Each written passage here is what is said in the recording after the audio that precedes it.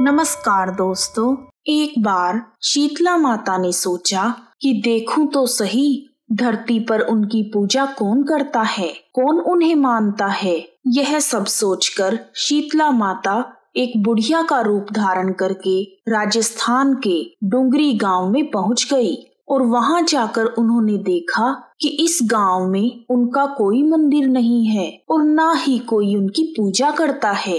बुढ़िया बनी शीतला माता उस गांव की गलियों में घूम ही रही थी कि तभी एक औरत ने उबलते हुए चावलों की मांड को उतारकर नीचे फेंका और वह उबला हुआ पानी शीतला माता के ऊपर गिर गया, जिसके कारण माता के शरीर में छाले पड़ गए।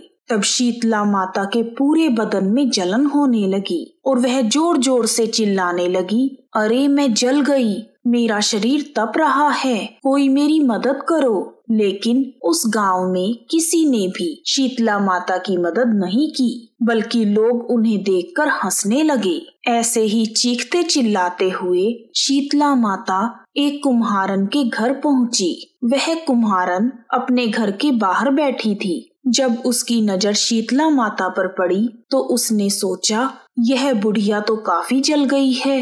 फिर उसने बुढ़िया माई के ऊपर ठंडा पानी डाला और बोली, हे माई, मेरे घर में रात की बनी हुई राबड़ी रखी है और थोड़ा दही भी है, तुम दही और राबड़ी खा लो, जिससे तुम्हारे शरीर को ठंडक मिलेगी। तब उस कुम्हारिन के कहे अनुसार उस बुढ़िया बनी हुई शीतला माता ने ठंडी राबड़ी और दही खाया और उनके शरीर को ठंडक मिल गई। फिर बुढ़िया माँ ने कुम्हारिन से कहा, मेरे सिर में जुएं पड़ गई हैं, तुम मेरी जुएं निकाल दो। कुम्हारिन ने उनकी जुएं निकालनी शुरू कर दी। तभी उसकी नजर बालों के अंदर छिपी हुई एक आंख पर पड़ी। बुढ़िया माँ के बालों में छिपी हुई आंख को देखकर कुम्हारिन डर के मारे भागने लगी। तब शीतला माता ने उसे रोकते हुए कहा, रुक जा बेटी, तू डर मत, मैं कोई भूत प्रेत नहीं हूँ, मैं शीतला माता हूँ। मैं तो धरती पर यह देखने आई थी कि मुझे कौन मानता है, कौन मेरी पूजा करता है।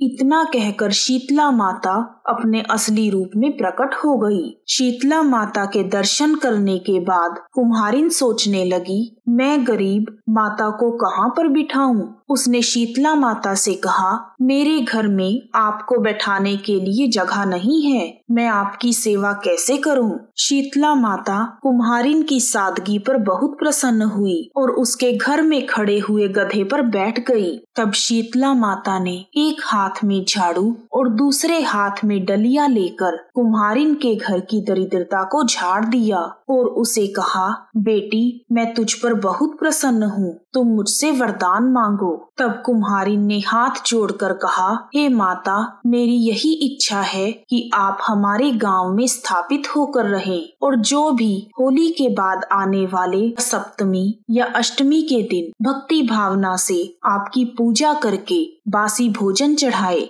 उसके घर की दरिद्रता को आप दूर कर दें। तब शीतला माता ने कुम्हारिन को वह सभी वरदान दिए और एक करवे में पानी देकर कहा कि इस पानी को अपने घर पर छिड़क दो, कल इस पूरे गांव में आग लग जाएगी, परंतु तुम्हारा घर नहीं जलेगा। इतना कहकर शीतला माता अंतर्ध्यान हो गई और माता के कहे अनुसार अगले दिन पूरे गांव में आग लग गई, परंतु उस कुम्हारिन का घर नहीं जला। जब राजा को यह बात पता चली तो उसने कुम्हारिन को राजमहल में बुलाया और उसे इसका कारण पूछा।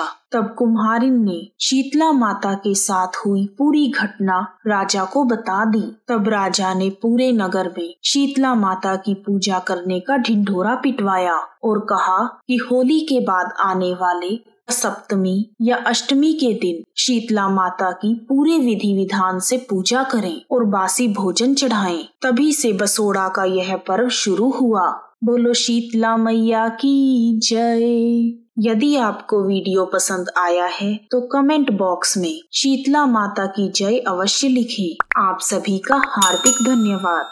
जय शीतला माता।